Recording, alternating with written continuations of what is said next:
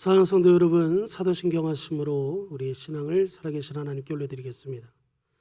전능하사 천지를 만드신 하나님 아버지를 내가 믿사오며 그 외아들 우리 주 예수 그리스도를 믿사오니 이는 성령으로 잉태하사 동정녀 마리아에게 나시고 본디오 빌라도에게 고난을 받으사 십자가에 못 박혀 죽으시고 장사한 지 사흘 만에 죽은 자 가운데서 다시 살아나시며 하늘에 오르사 전능하신 하나님 우편에 앉아 계시다가 저리로서 산 자와 죽은 자를 심판하러 오시리라. 성령을 믿사오며 거룩한 공회와 성도가 서로 교통하는 것과 죄를 사하여 주시는 것과 몸이 다시 사는 것과 영원히 사는 것을 믿사옵나이다. 아멘. 우리 찬송가 285장, 찬송가 285장입니다.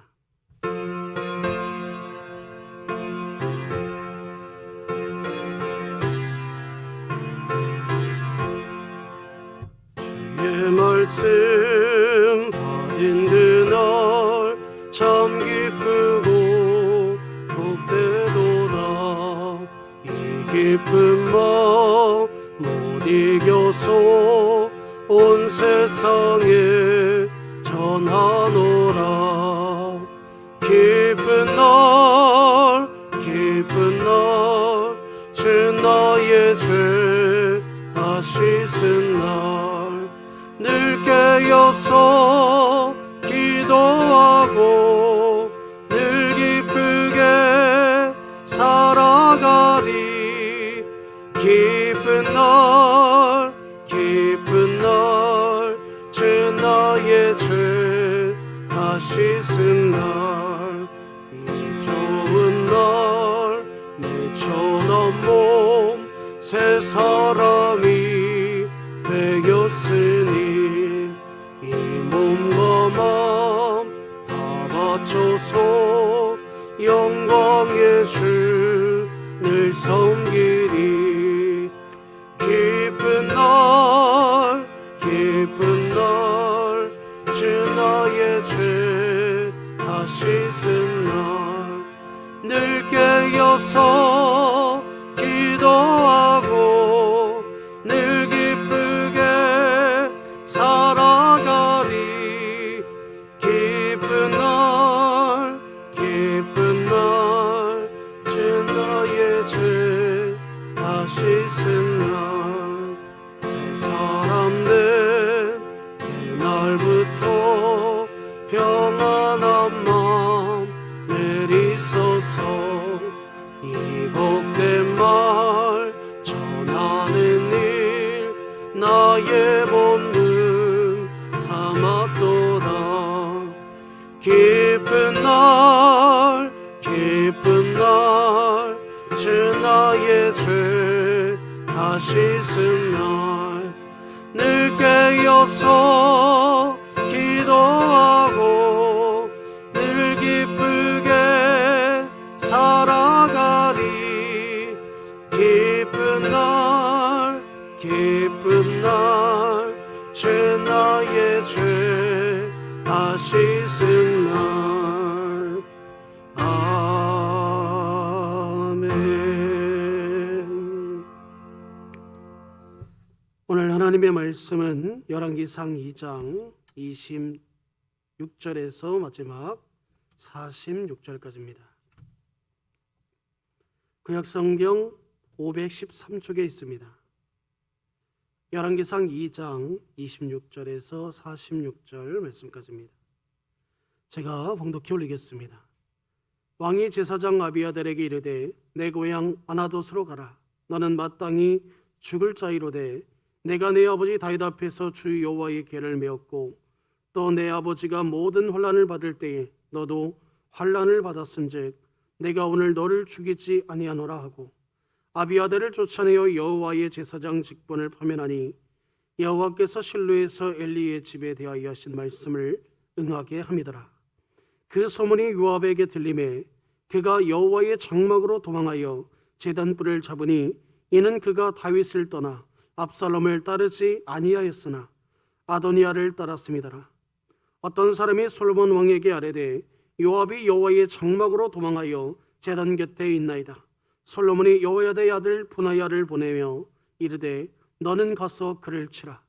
분하야가 여호와의 장막에 이르러 그에게 이르되 왕께서 나오라 하시니라. 그가 대답하되 아니라 내가 여기서 죽겠노라.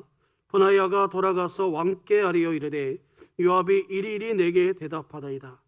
왕이 이르되 그의 말과 같이 하여 그를 죽여 묻으라. 요압이 까닭없이 흘린 피를 나와 내 아버지의 집에서 내가 제하리라. 여호와께서 요압의 피를 그의 머리로 돌려보내실 것은 그가 자기보다 의롭고 선한 두 사람을 쳤음이니 곧 이스라엘의 군사령관 네리의 아들 아브넬과 유다 군사령관 예델의 아들 아마사를 칼로 죽였습니다.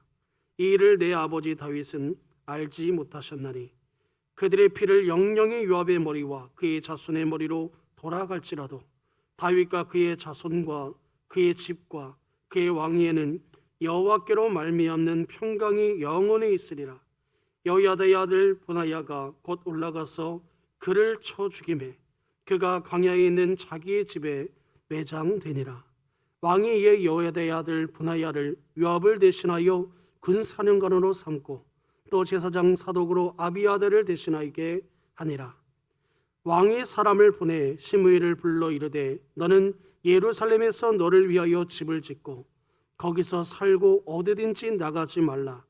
너는 분명히 알라. 내가 나가서 기드론 시내를 건너는 날에는 반드시 죽임을 당하리니 내 피가 내 머리로 돌아가리라.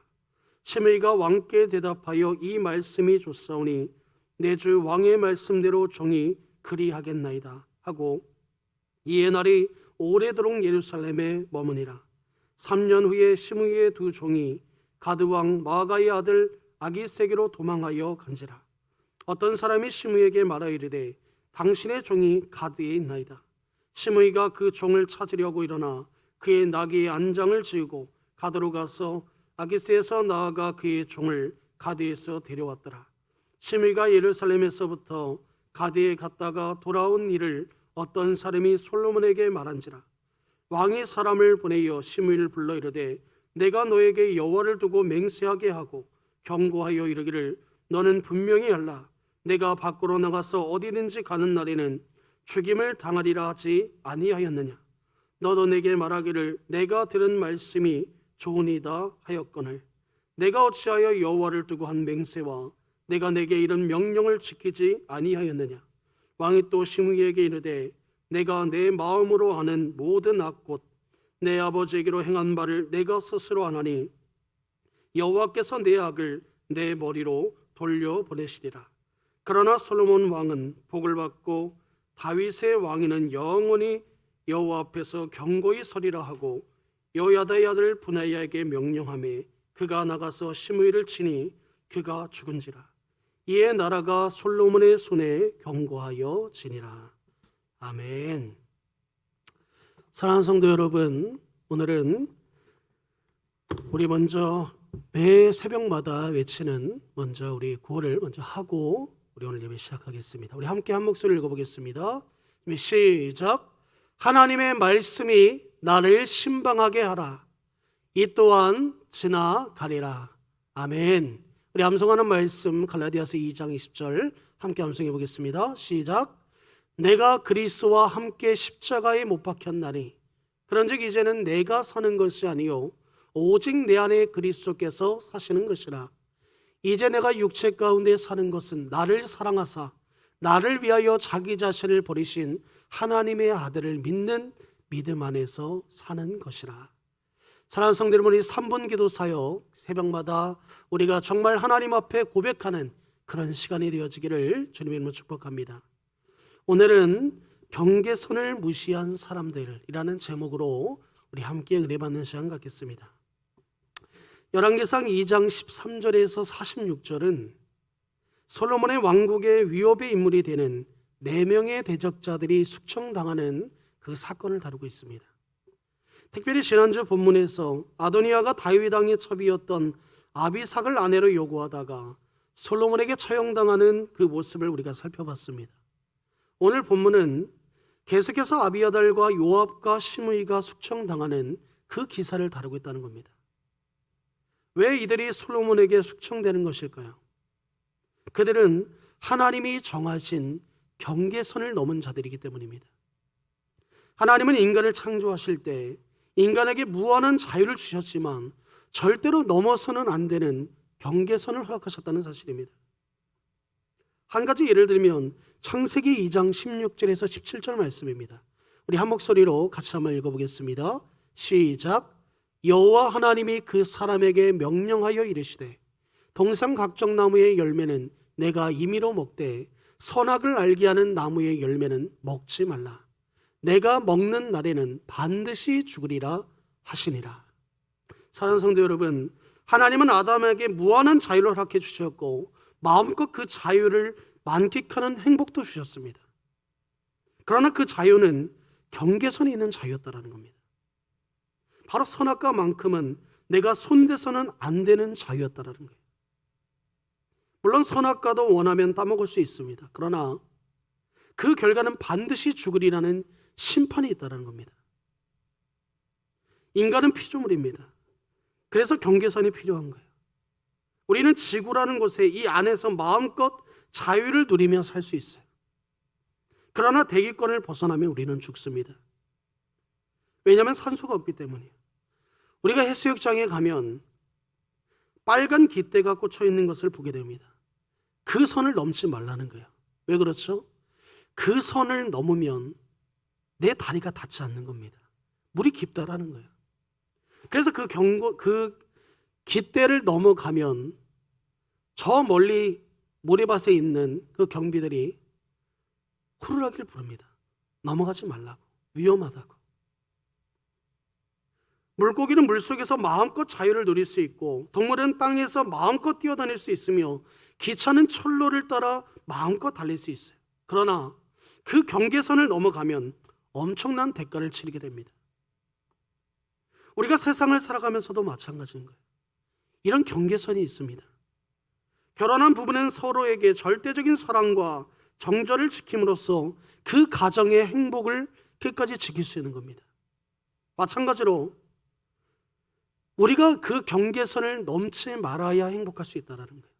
그러나 그 경계선을 넘어서 다른 여자와 남자에게 마음을 주고 불륜의 정을 나누는 순간의 그 가정의 행복은 어떻게 됩니까? 파경에 치닫게 된다는 겁니다. 오늘 본문에 나오는 아비아달과 요압과 시므이가 왜 솔로몬에게 숙청당하는 것입니까? 그들은 하나님이 정해주신 경계선을 무시하고 자기의 욕망과 자신들의 야망을 따라 살았기 때문이에요. 다시 말해서 하나님의 공의로운 심판을 그들이 받았다는 겁니다. 우리가 이것을 분명히 알아야 합니다. 부활하신 주님은 요한계시록에 나오는 7교회 중에 한 교회인 두아디아 교회를 향해 이렇게 말씀합니다. 우리 요한계시록 2장 23절입니다. 함께 읽어보겠습니다. 시작. 나는 사람의 뜻과 마음을 살피는 자인 줄을 알지니라. 내가 너희 각 사람의 행위대로 갚아주리라. 여러분, 아주 무서운 말씀이에요. 하나님은 우리가 선택하고 행하는 대로 심판하신다는 겁니다. 그래서 요한복음 5장 29절에도 보면 이렇게 말씀하고 있어요. 우리 함께 보겠습니다. 선한 일을 행하는 자는 생명의 부활로, 악한 일을 행하는 자는 심판의 부활로 나오니라. 여러분, 사람이 살다가 죽음으로써 우리의 인생이 다 청산되는 것이 아니라는 거예요. 끝이 아니라는 겁니다. 이 땅에 우리가 선택하면서 살아온 모든 삶의 결과물들을 마지막 날 하나님의 심판대 앞에서 우리의 행위를 기록한 책 앞에서 다 결산한다고 말씀하고 있어요. 오늘 본문에 나오는 아비아달과 요압과 시므이는 이 땅에서 자신들의 욕망과 자신들의 유익을 위해 살다가 결국 솔로몬의 때에 솔로몬으로부터 공의로운 심판을 받았을 뿐만 아니라 하나님 앞에서도 영원한 심판을 그들이 피할 수 없었다는 겁니다. 참으로 불행하고 저주스러운 그런 삶을 살았다는 겁니다. 얼마나 그들이 불행하고 치욕스러운 삶이었습니까? 우리가 오늘 본문 말씀을 묵상하면서 우리에게 주어진 남은 시간을 어떻게 살아가야 할지 한번 생각해 봤으면 좋겠습니다. 다시 한번 더 깊이 생각하며 하나님으로부터 잘했다 착한 종아, 내 사랑하는 내 자녀야, 내가 수고했다, 이러한 칭찬을 받는 삶으로 나아가는 그런 은혜가 있기를 바랍니다. 우리 오늘 본문 말씀을 묵상하면서 우리에게 주어진 이 시간을 우리는 어떻게 써야 합니까? 오늘 본문 26절에서 27절 말씀 함께 보겠습니다. 우리 같이 한번 보겠습니다. 왕이 제사장 아비아달에게 이르되 내 고향 아나돗으로 가라.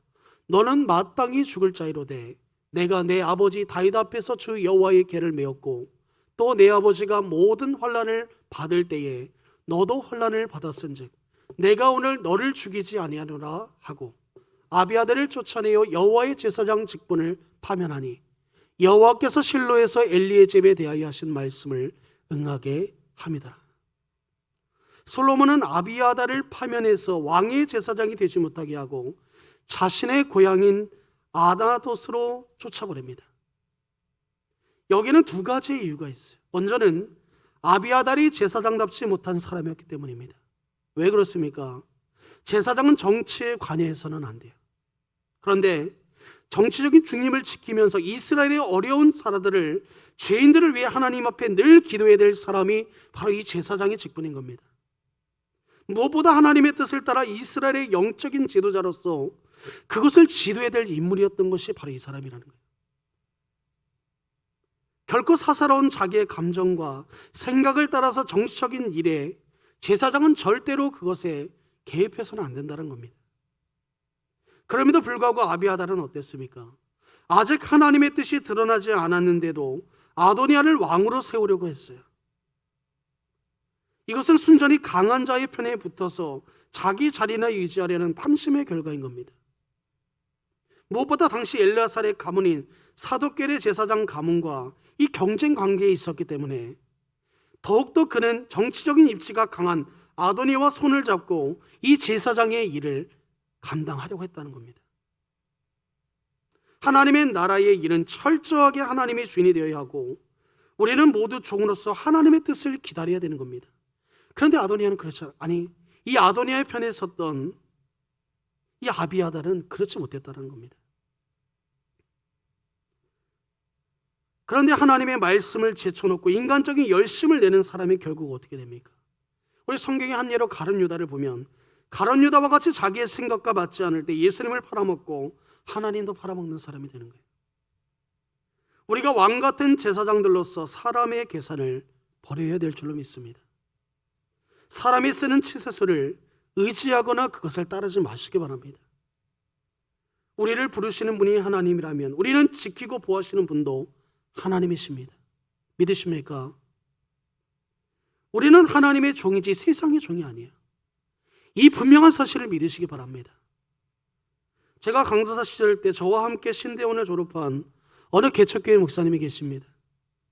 그 동기 목사님이 저에게 이런 하소연을 하신 적이 있는데 과거에 자기가 지금 목회를 하면서 가장 비참할 때가 사람을 의지하다가 거절을 당할 때였다고 하면서 특히 교회 건축을 하면서 돈이 궁해지자 정말 신뢰할 만하고 도와줄 만한 분들에게 전화를 한 적이 있었는데 모두가 거절했다고 합니다.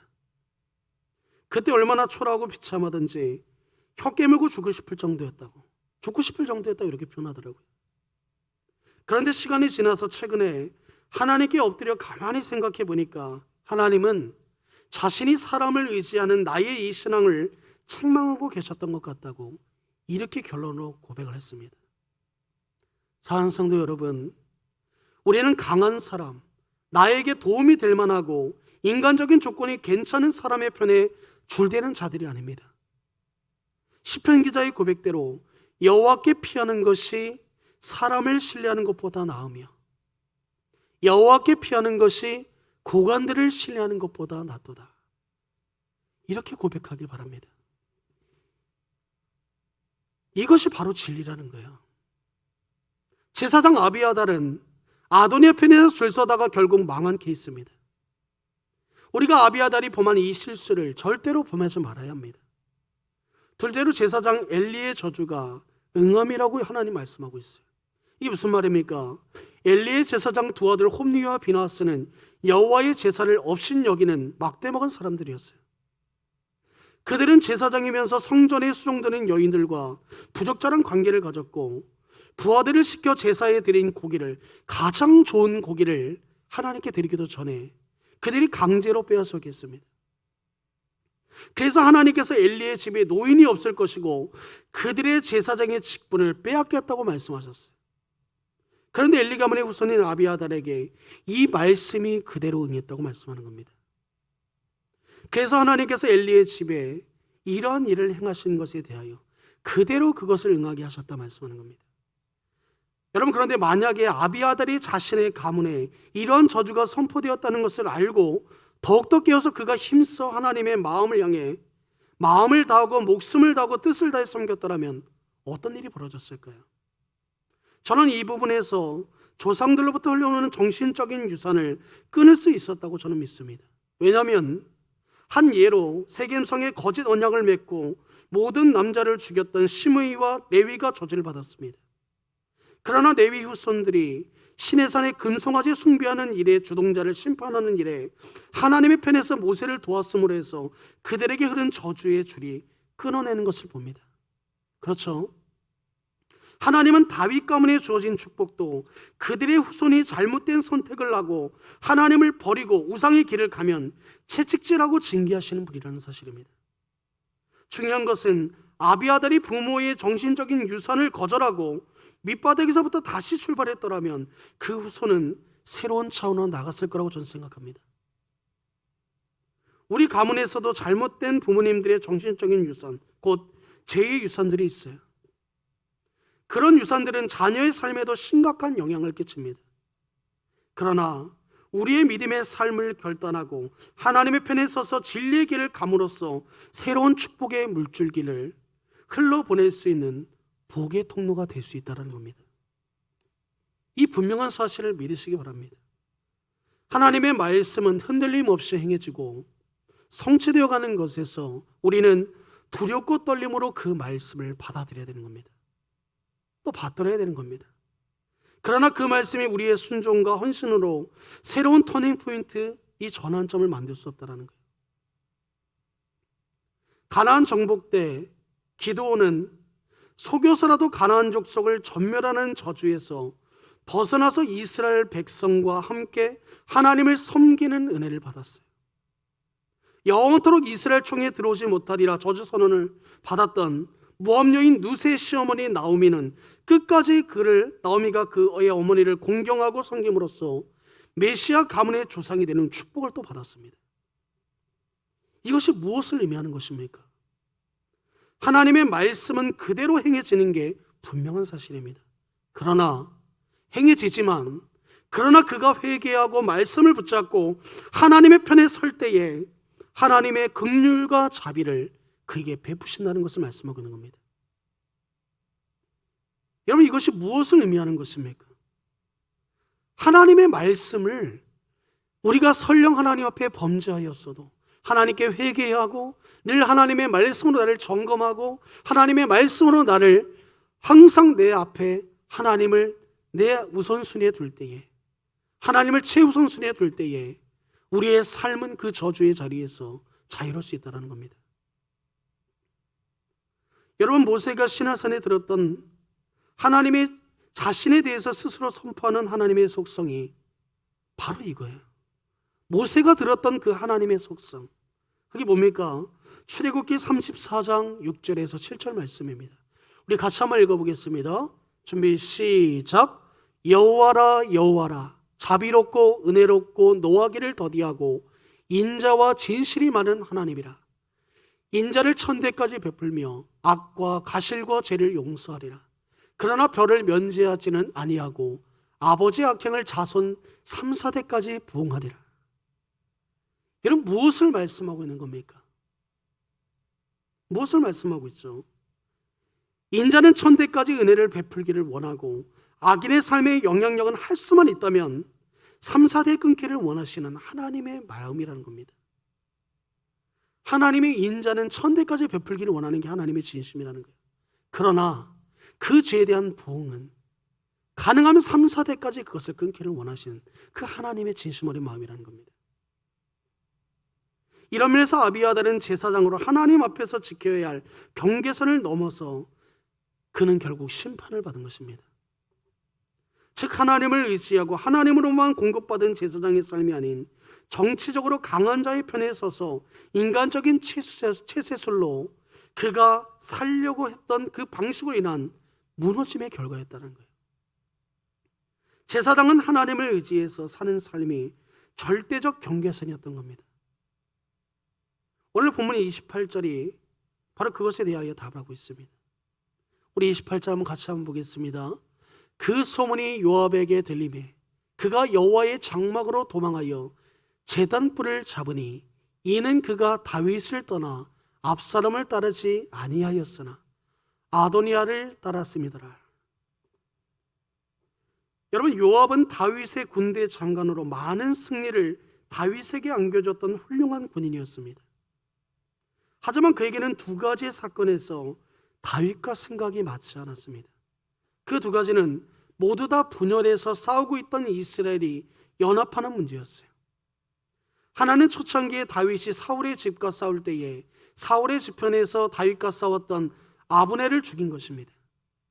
사실 아브넬은 아주 좋은 사람이 아니었습니다. 그는 원래부터 나쁜 사람이었어요. 이기적인 사람입니다. 그는 다윗이 이스라엘 왕으로 기름 부음 받은 줄 알면서도 사울의 아들 이스보셋을 왕으로 세워서 다윗과 싸우겠습니다.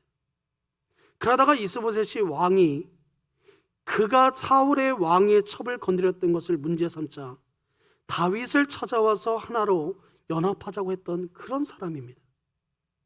그래서 어떤 의미에서 보면 아브넬은 아주 치사하고 아주 간사한 사람이었어요.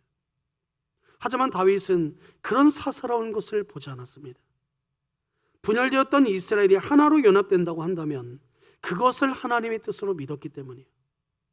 그런데 요압은 자기 동생 아사헬을 죽였던 것과 자신의 자리, 위치가 흔들릴 것을 염려해서 화해하러 온 아브넬을 칼로 찔러 죽입니다. 요압의 이 사사로운 욕심은 이스라엘을 다시 분열시킬 뻔했으며 다윗의 상황을 위태롭게까지 했습니다. 전쟁터가 아닌 사적인 자리에서 사람을 죽이는 것은 명백히 그것은 합당한 것이 아니라 명백히 그것은 살인인 겁니다. 전쟁터가 아닌 사적인 자리에서 죽인 것은 바로 살인이라는 거예요. 또한 압살롬의 반역을 도왔던 아마사가 화해를 할 때 그때에도 자기 자리가 흔들릴 것을 염려해서 그에게 인사하는 척하면서 그의 배를 찔러서 죽입니다. 그럼에도 불구하고 다윗이 요압을 처리하지 못한 것은 요압을 따르며 지지하는 사람들이 그 당시에 많았기 때문이에요. 다윗은 해결하는 과정에서 긁어부스럼을 만드는 것보다는 참는 쪽을 택한 겁니다. 그러나 솔로몬은 다릅니다. 그는 아도니아 편에 섰음으로 해서 또다시 하나님의 역사를 거슬렀던 겁니다. 이제 솔로몬은 아버지 다윗의 유언을 받들어 분하야 그 당시 군대 장관을 시켜서 제사장의 뿔을 잡은 요압을 숙청시켜버립니다. 우리 이전에 아도니아도 이 제단의 뿔을 잡았다 이런 표현이 나오는데 이 제단의 뿔의 의미가 바로 이런 겁니다. 용서와 보호를 요청하는 행위. 그러니까 이제 자신은 죽을 것을 안다라는 거예요. 그래서 자신을 살려달라는 겁니다. 요압은 하나님이 기름 부어 세우신 다윗의 권위에 불순종한 죄를 무려 3번이나 저질렀어요. 그는 자신의 유익을 위하고 자신의 정치적인 입지를 위해서라면 왕의 명령도 거부하고 서슴없이 권위와 왕국의 질서를 도전하는 그런 사람이었습니다.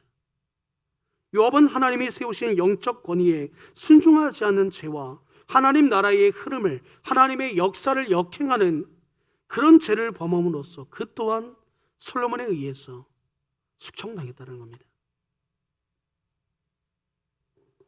우리가 하나님의 역사를 섬길 때 지켜야 할 경계선이 있다고 말씀드렸습니다.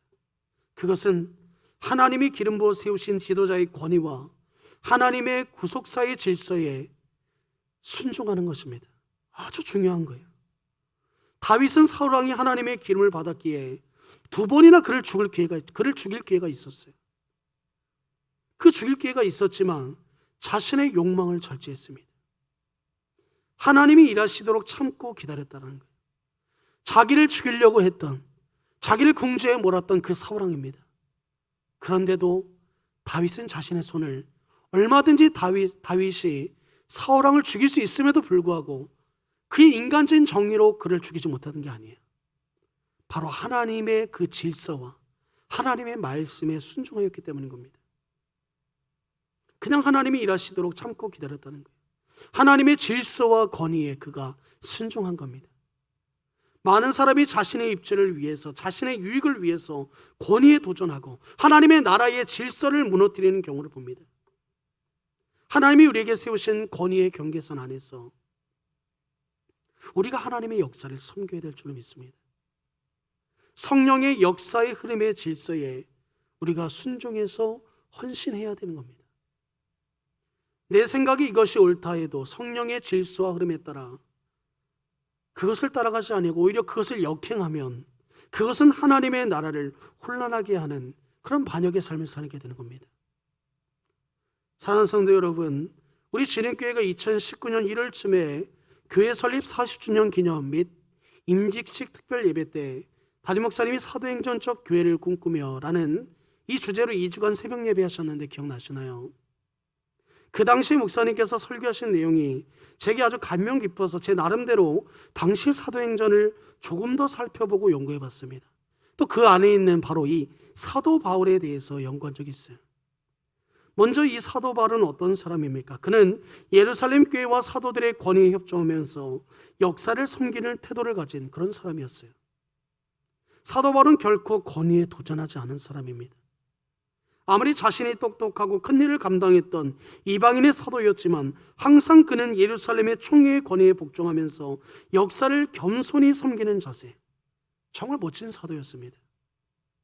그래서 당시 사도 바울의 사역에 크고 놀라운 열매를 맺은 게 아닌가, 저는 이렇게 생각해 봅니다. 하나님의 역사는 바로 이처럼 합작품인 겁니다. 또한 동역의 산물인 겁니다.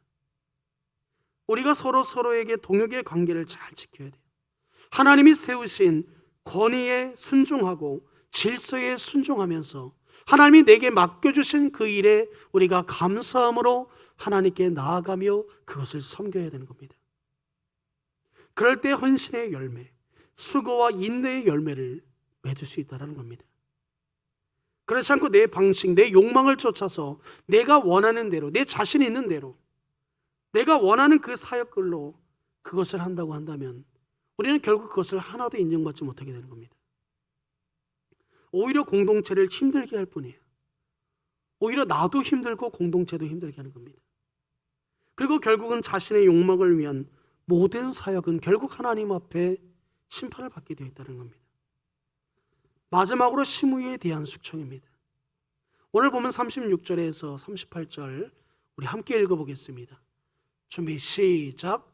왕이 사람을 보내어 시므이를 불러 이르되 너는 예루살렘에서 너를 위하여 집을 짓고 거기서 살고 어디든지 나가지 말라. 너는 분명히 알라. 내가 나가서 기드온 시내로 건너가는 날에는 반드시 죽임을 당하리니 내 피가 내 머리로 돌아가리라. 시므이가 왕께 대답하되 이 말씀이 좋사오니 내 주 왕의 말씀대로 종이 그리하겠나이다 하고 이에 날이 오래도록 예루살렘에 머무니라. 사울왕과 같은 베냐민 지파이면서 사울파의 대표적인 사람이었던 시므이는 이스라엘의 왕이 된 다윗을 아주 못마땅하게 생각했습니다. 그래서 다윗이 압살롬에게 쫓겨 도망치는 신세가 되었을 때 그가 다윗을 따라다니며 뭐라고 조시한지 아십니까? 바로 피를 흘린 자여 사악한 자여 가거라 가거라. 이건 왕으로서 존경하는 것도 아니고 그를 이참에 잘됐다, 안 그래도 너 못마땅했는데, 아주 저주 중에 아주 최악의 저주를 하는 겁니다. 여러분, 그런데 이스라엘에서 왕을 저주하면 죽임을 당합니다. 그래서 수레의 아들 아비새가 내가 건너가서 당장 그 머리를 베게 하소서, 이렇게 고백했습니다. 이렇게 저주했어요. 이렇게 요청을 했습니다. 그러나 다윗은 그를 죽이지 못하게 했어요. 왜냐하면 하나님께서 지금 시므이를 통해 자신에게 저주한다고 생각했기 때문입니다. 다윗은 욕을 듣는 것이 마땅하다고 생각한 거예요. 자신의 처지가 그렇게 됐다고 생각하는 겁니다. 그러나 다윗은 임종 직전에 시므이가 앞으로도 계속해서 베냐민 지파와의 연대에서 이스라엘을 분열시킬 수 있는 위험 인물로 여겼기에 왕을 저주한 죄를 물어 지혜롭게 그를 숙청하라고 유언한 것입니다. 그 이유, 그 명분을 그에게 줬다는 겁니다. 아도니아와 아비아달과 요압을 제거한 솔로몬은 마지막으로 시므이를 부릅니다. 그러나 솔로몬은 시므이를 명분 없이 함부로 제거하지 않았어요. 시므이에게 먼저 확실한 경계선을 그어줌으로써 경고의 메시지를 주었습니다. 원래 시므이의 고향은 기드론 시내를 건너 베냐민 지파가 거하는 바움이라는 곳입니다. 이 바후림이라는 곳인데 만약 시므이가 그곳에 가면 다윗의 왕조에 대해 감정이 좋지 못한 베냐민 지파와 결탁하여 모반을 깨할 가능성이 그가 분명히 뚜렷했습니다. 그래서 솔로몬은 그를 격려시켜 예루살렘에만 거하도록 약조를 맺습니다.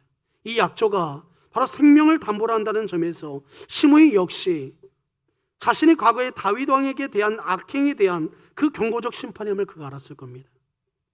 시므이는 자기가 한 짓이 있어 솔로몬이 주거 지역을 제외하는 정도로만 봐준 것에 감사하고 평생 그는 조심히 죽을 때까지 조심히 살았어야 됩니다. 그러나 시므이라는 인물은 상당히 감정적이고 충동적인 그런 인물이어서 기분대로 내뱉는 경솔한 성격의 그런 사람이었기 때문에 결국 그 약조는 오래가지 못했다는 겁니다. 아마 솔로몬은 그것을 알고 있었기에 그가 언제까지나 신중하고 무겁게 이 약속을 지킬 수 없다는 것을 예상했던 것 같습니다. 그래서 이런 제안을 한 것 같아요. 솔로몬의 예상대로 3년 만에 이 약조는 완전히 깨져버립니다.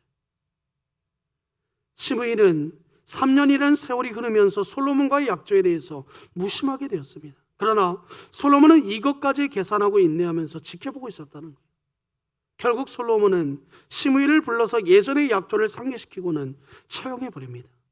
이로써 시므이는 다윗에게 했던 저주는 결국 자신을 향한 것이 되고 말았다는 것을 보여주고 있는 겁니다. 이런 시므이나 아도니아를 보면서 참 온전하다는 생각을 합니다. 그들은 생명의 경계선을 쉽게 무시하고 충동적으로 행동하는 것을 봐요. 그런 행동이 자신의 생명을 빼앗아갈 수 있다는 것을 알면서도 그들은 그렇게 행동한 겁니다. 중요한 것은 악인은 자신들의 욕망과 감정의 충동을 절제하지 못한다는 겁니다. 그래서 쉽게 생명의 경계선, 심판이 있는 경계선을 넘어서 버리는 겁니다. 저는 이것이 악인들의 교만이라고 생각합니다. 여러분, 애굽의 바로 왕을 보시기 바랍니다. 그는 완악한 마음을 끝까지 회개하지 않고 무려 10번이나 하나님을 향해 대항하는 것을 봐요. 하나님의 능력과 이적을 보면서도 말입니다. 이것이 완악하고 교만한 악인들의 모습인 겁니다. 뻔히 죽을 줄 알면서도 불 속으로 뛰어드는 불나방처럼 악인들은 그렇게 죄와 사망의 길로 향해 달려갑니다. 요한계시록 16장에 보면 하나님의 마지막 대접 심판이 진행될 때에 이것이 하나님으로부터 오는 마지막 심판인 줄 알면서도 끝까지 회개하지 않고 오히려 하나님을 비방하고 대적하는 자들이 나옵니다. 요한계시록 16장 9절입니다. 우리 한 목소리 읽어보겠습니다. 준비 시작. 이 재앙들을 행하는 권세를 가지신 하나님의 이름을 비방하며 또 회개하지 아니하고 주께 영광을 돌리지 아니하였더라. 마지막 7대접 재앙이 시작될 때 섬도 없어지고 산악이 온데간데 없어질 때에도 악인들은 이렇게 반응한다는 겁니다. 우리 이어서 계시록 16장 21절 함께 보겠습니다. 또 무게가 1달란트나 되는 큰 우박이 하늘로부터 사람에게 내리매 사람들이 그 우박의 재앙 때문에 하나님을 비방하니 그 재앙이 심히 크미러라. 교만한 자들은 심판이 오고 있음에도 그 경계선을 무시하고 자신의 충동대로 그것을 움직인다는 겁니다. 아도니아처럼 용서받고 한 번만 더 교만하게 대적하면 죽인다고 해도 또 대적하는 거예요.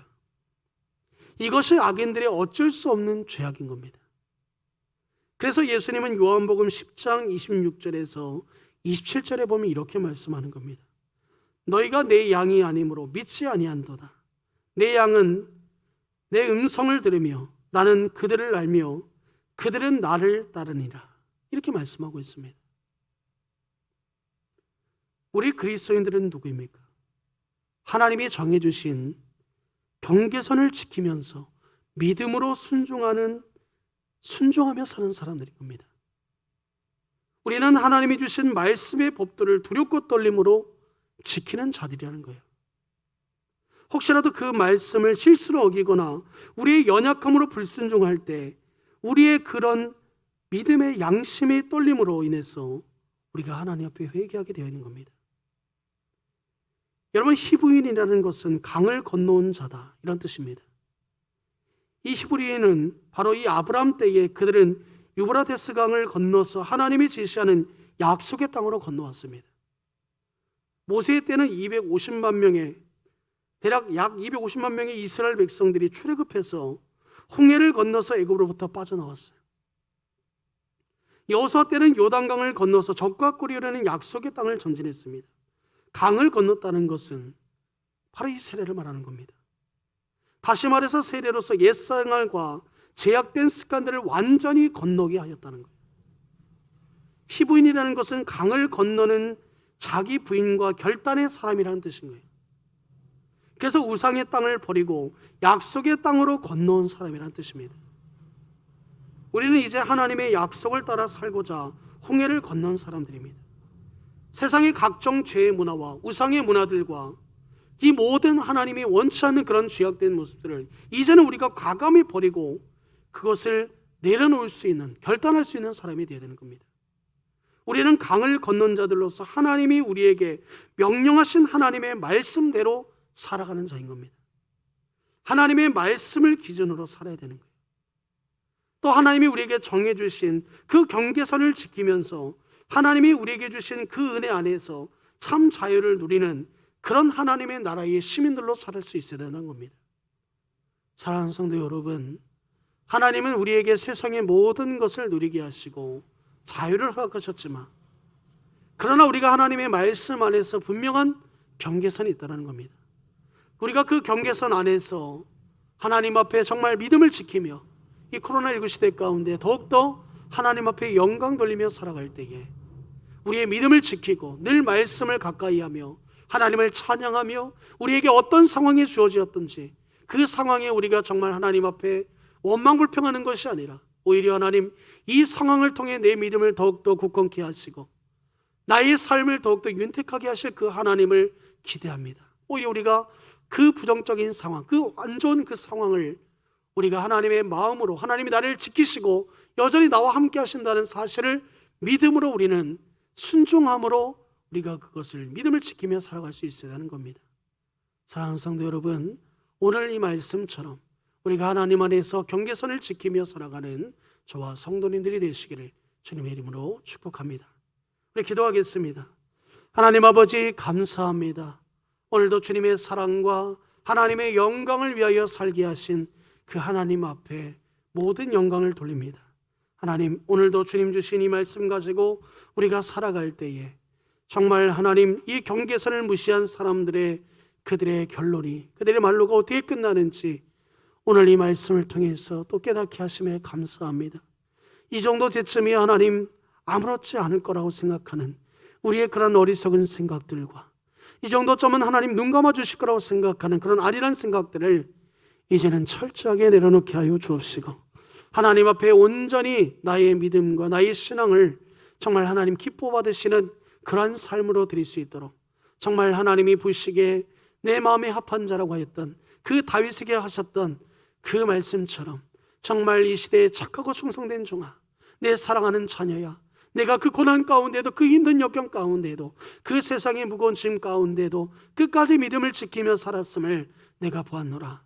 오히려 이렇게 칭찬받을 수 있는 우리 주님께 모든 성도들 되어질 수 있도록 하나님이여 역사하여 주시고 인도하여 주시옵소서. 하나님께서 이 모든 것 가운데 함께 해 주실 것을 믿사오며 이 모든 것 우리 주 예수 그리스도의 이름으로 간절히 기도하옵나이다. 아멘. 자, 우리 시간은 우리 주님이 가르쳐 주신 주기도문으로 오늘 수요 예배를 마치겠습니다. 우리 주기도문 하겠습니다.